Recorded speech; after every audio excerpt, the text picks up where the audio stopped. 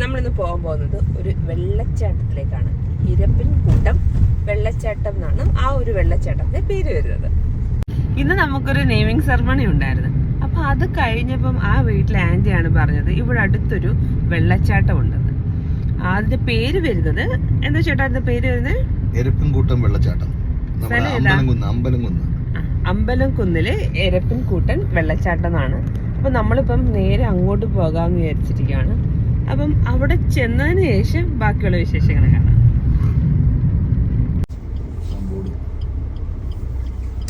ഇരപ്പിൻകൂട്ടം വെള്ളച്ചാട്ടം 300 മീറ്ററാണ് ഇവിടെ നിന്നുള്ളത്.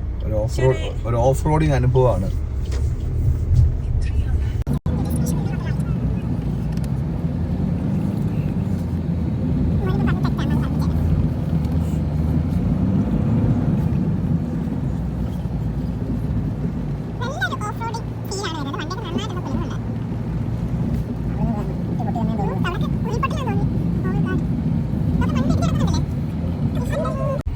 ഇരപ്പിൻകൂട്ടം വെള്ളച്ചാട്ടം എന്നല്ലേ പറയുന്നത്. കാരണം ഭയങ്കര വെള്ളം ഒഴുകുന്ന ഒരു എരപ്പാണ് എന്നാണ് ആന്റി പറഞ്ഞത്.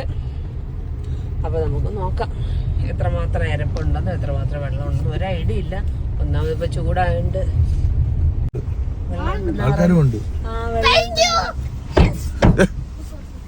ഹായ് ഗൈസ്, നമ്മളങ്ങനെ ഇരപ്പിൻകൂട്ടം വെള്ളച്ചാട്ടത്തിൽ എത്തിയിരിക്കുകയാണ്.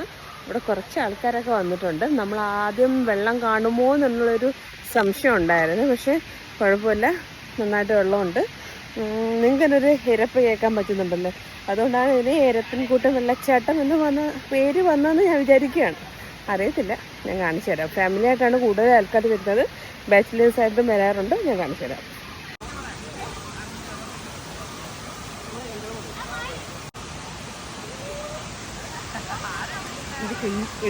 ഒരു കുഞ്ഞു ആവെ പ്രണവ് ഹെൽപ്പ് ചെയ്തായിരുന്നു പിടിച്ച് കയറ്റാനായിട്ട്.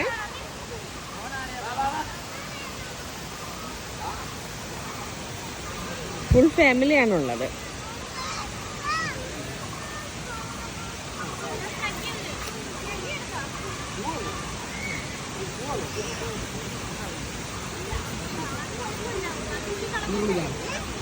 ഹലോ ഹലോ, നീ വന്നേ. എങ്ങനെ ഉണ്ടായിരുന്നു? സൂപ്പറായിരുന്നോ? നീ ഇറങ്ങണോ? ആണോ ആണോ? പേരെന്തോ? പേരറിയത്തില്ലേ?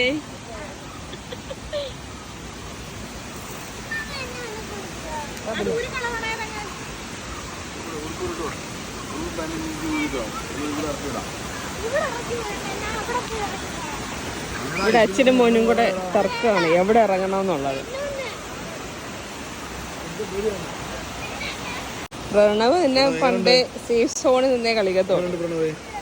ഇഷ്ടപ്പെട്ടോ?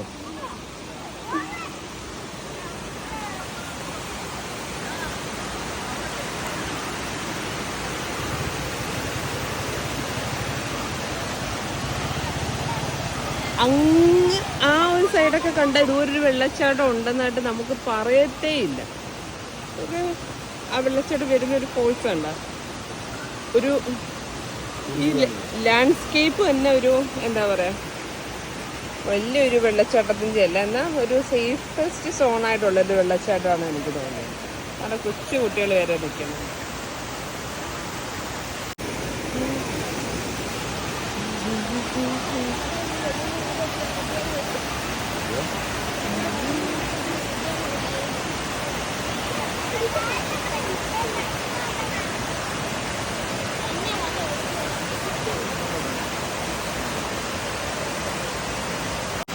ഒരു പയ്യൻ അവിടെ നിന്ന് കുളിക്കുന്നൊരു സീനാണ്.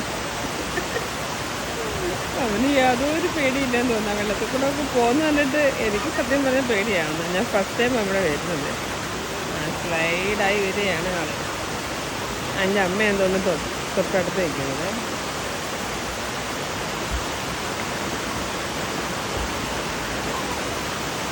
ഈ വെള്ളച്ചാട്ടത്തിൻ്റെ ഇടയ്ക്കൊക്കെ നല്ല ചുഴിയോ എന്തെങ്കിലുമൊക്കെ ഉണ്ടോയെന്ന് അറിയാൻ ഒക്കത്തില്ല. ഡേഞ്ചറാണ്. പക്ഷെ ഇവിടെ ഉണ്ടോയെന്ന് എനിക്കറിയാൻ കഴിയില്ല.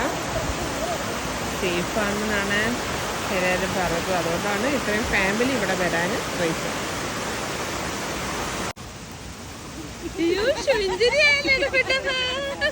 നാണം വരുന്നോ? ഒന്ന് കാണിതേ, നോക്ക് എന്നെ നോക്ക്. ഹലോ, വെള്ളത്തിൽ പോണ ഞാൻ കൊണ്ടുപോവാ. വാ, പിന്നെ എവിടെ ആയിരുന്നു? വെള്ളത്തിലല്ലായിരുന്നോ? നീ വെള്ളത്തിൽ പോണോ? എത്ര നേരം നീ വെള്ളത്തിൽ കിടന്ന്? എത്ര നേരം കളിച്ച്? ഒത്തിരി നേരം കളിച്ചാ? ഇച്ചിരി കഴിഞ്ഞ് വരാം.